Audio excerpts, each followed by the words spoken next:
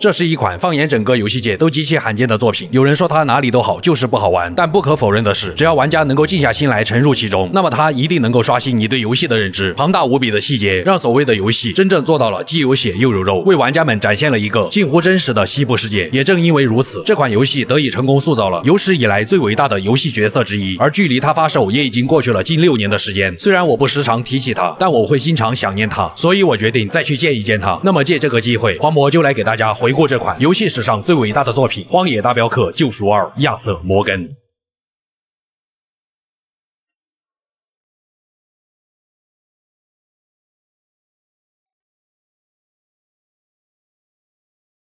故事发生在1899年的美国，旧西部时代已然走到了尽头，随之而来的就是逐渐法治化的社会。尽管少数帮派和极端分子能够逍遥法外，但在越来越多的极端侦探追捕下，日子过得也是一天不如一天。而主角亚瑟摩根正是来自大名鼎鼎的范德林德邦，他不仅是骨干成员之一，枪法也是常人闻所未闻、见所未见，并且深受帮中成员的喜爱，对首领达奇乃至整个帮派都是绝对忠诚。1899年的5月，范德林德邦在黑水镇顺利的抢劫失败，为了逃离极端侦探的追捕，他们只能以牺牲数名成员的代价逃进了雪山的深处，并在一处废弃的木屋中暂时躲避暴风雪。为了安抚帮派成员，人送外号西部点子王的首领达奇也展现了惊为天人的领导能力。达奇很快就安抚好了众人的情绪，并安排他们各司其职，以应对接下来的生活。而达奇则带着亚瑟出去为帮派搜寻补给。很快他们就和一位负责探路的新成员麦卡碰头。麦卡也是帮派里为数不多的极端分子，在黑水镇抢劫的馊主意也是由麦卡提供，这导致了本就性格随和的亚瑟对麦卡那是嗤之以鼻。三人一路来到了麦卡提前打探好的小农庄，本打算借点生活物资，但意外的是，农庄的主人已经被杀害，取而代之的是他们的死对头极端分子奥德里斯科邦。在安抚好了奥邦成员的极端情绪后，亚瑟从对方口中得知，他们出现在这里是为了炸断铁轨、抢劫火车，而奥邦的极端首领科尔姆也已经前往了附近的采矿营地。与此同时，小屋内出现了一名叫沙迪的妇女，她是这所农庄的主人，而沙迪的丈夫也早已死在了奥邦这群极端分子的手里，就连他自己也惨遭袭击。范德林德邦虽然是一群亡命之徒，但他们绝对不会做出极端行为。首领达奇毫不犹豫地收留了已经神志不清的沙迪，正是他这种在乱世下的善人行为，才让整个帮派的凝聚力强大无比。将农庄里的物资洗劫一空后，他们带上沙迪回到了临时落脚的木屋。尽管生存问题得到了解决，可帮派里的团宠艾比盖尔却拜托亚瑟前去寻找因为探路而失踪好几天的丈夫约翰马斯顿。亚瑟和约翰在年少时就被达西收养，并成为了帮派的一员。约翰也是帮派里唯一带着老婆孩子的人。由于约翰一开始对妻儿漠不关心，甚至还离开过帮派1年未归，约翰这种不负责任的行为让亚瑟始终耿耿于怀。奈何终究是一起长大的好兄弟，亚瑟还是骂骂咧咧带上成员哈维尔一同出发寻找约翰。哈维尔是一个不善言辞、性格随和的墨西哥人，对达奇和帮派可谓是忠心耿耿。经过一路的长途跋涉，二人终于在一处悬崖发现了狼狈不堪的约翰。此时的约翰早已被野狼抓到破相，见好兄弟这副模样，亚瑟虽然嘴上没好话，但身体还是很诚实，立马将重伤的约翰带回了落脚点。经过了数天的休整，再加上之前打听到的奥邦意图抢劫火车的计划，于是达奇立即带上还能战斗的成员，对奥邦的极端营地发动了突袭。有亚瑟这个神枪手在，奥邦的极端分子没有一丝反抗的余地。在营地内，他们发现了许多极端炸药，以及奥邦抢劫火车的思维导图，甚至还活捉了一名叫基兰的极端分子。根据情报上的线索，他们想要抢劫的火车拥有者是一位名叫康沃尔的极端资本家。康沃尔经营的业务覆盖了铁路、石油和蔗糖，可谓是掌握了惊人的财富。恰好帮派正值需要钱的时候，于是达西想要把奥邦的差事抢过来，自己去劫这一趟火车。可帮派里的军师荷西亚却并不想节外生枝，毕竟康沃尔这样的大人物是他们这一群亡命之徒惹不起的存在。尽管荷西亚在帮派的地位仅次于达奇，但达奇却根本听不进去，因为帮派正在逃亡期间，没有钱那就是寸步难行。达奇毫不犹豫带上还能够战斗的帮派成员前往了火车必经的铁路，在将炸药安置好以后，火车也出现在了众人的视野之中。可粗心的亚瑟没有把线接好，导致引爆器失灵，搞成了哑炮。毕竟来都来了，众人只能从高处跳到了火车之上，并一路向着车头杀去。好在手持沙漠之鹰的亚瑟凭借领先数个时代的枪法，硬生生杀到车头，将火车逼停了下来。在康沃尔的私人车厢内，他们找到了许多价值不菲的不记名债券，这种不记名的债券很轻易就能卖出去。有了一笔启动资金，范德林德邦开始收拾行李，向着更为温暖的雪山下方转移。数天后，他们将营地安置在了瓦伦丁小镇附近的马展望台，这里气候宜人，位置隐蔽，帮派成员时刻紧绷的精神也逐渐放松了下来。达奇再次召集所有人，开始了对未来的展望，这里一定也是他们梦开始的地方。在达奇的安排下，成员们也开始各司其职，为范德林德邦的生计而打拼。至于身为首领的达奇，脑海中也在酝酿着一场极端抢劫。一直跟在达奇身边的亚瑟见老大走出了抢劫失败的阴霾，心里也由衷的为他感到高兴。这个日子也是越来越有盼头了。在之后的日日子里，亚瑟为了帮派的美好生活，可谓是任劳任怨。就算他自己囊中羞涩，却也还是拿出了大部分的私房钱贡献给帮派，还带着帮派里的姑娘们前往附近的瓦伦丁小镇打探情报。要是谁敢欺负帮派成员，就算冒着任务失败的风险，他也会毫不犹豫地扣动扳机。帮派里的斯旺森牧师因为醉酒想要和火车硬刚，亚瑟也还是铤而走险将他救了下来。但生活总归还是要继续，为了给帮派增加收入，亚瑟与荷西亚一同外出打猎，中途甚至遭遇了发狂的巨熊，好在凭借强大的火力，亚瑟才勉强将其击退。见帮派暂时步上正轨，他们也想起了之前抓获的奥邦成员基兰，通过感而化之，请基兰吃极端荔枝的方法。基兰终于说出了奥邦首领科尔姆的营地位置，亚瑟立即带队杀到了营地之中，但这里却并没有科尔姆的踪迹，亚瑟还险些被极端分子杀害。关键时刻，基兰竟然出手将他救了下来，这也让基兰有了归顺范德林德邦的机会，因为基兰明白离开了他们，自己同样是死路一条。事情过后，亚瑟带着帮派成员回到黑水镇附近，救出了因为抢劫失败被赏金猎人抓住的西恩。西恩是个爱尔兰人，不仅人帅嘴甜，还是帮派里面的开心果。对于亚瑟来说，没有什么比像家人一样的帮派成员来得重要，所以知道兄弟们有难，他也愿意为此不计后果的提供帮助。当然有一个人除外，那就是极端成员麦卡，怕什么来什么。某一天，帮派里的黑人兰尼神色慌张的回到了营地，原来是麦卡在草莓镇劝死了几个人，于是便被关进了当地警局。亚瑟本就看不惯麦卡，也不打算多管闲事，但麦卡可是达奇的舔狗，无论达奇有什么骚招，麦卡都会表示主攻英明。碍于达奇的面子，亚瑟只能答应去救麦卡。不过在去之前，亚瑟得先带上受惊的兰尼前往瓦伦丁酒馆，来一场不醉不归的狂欢。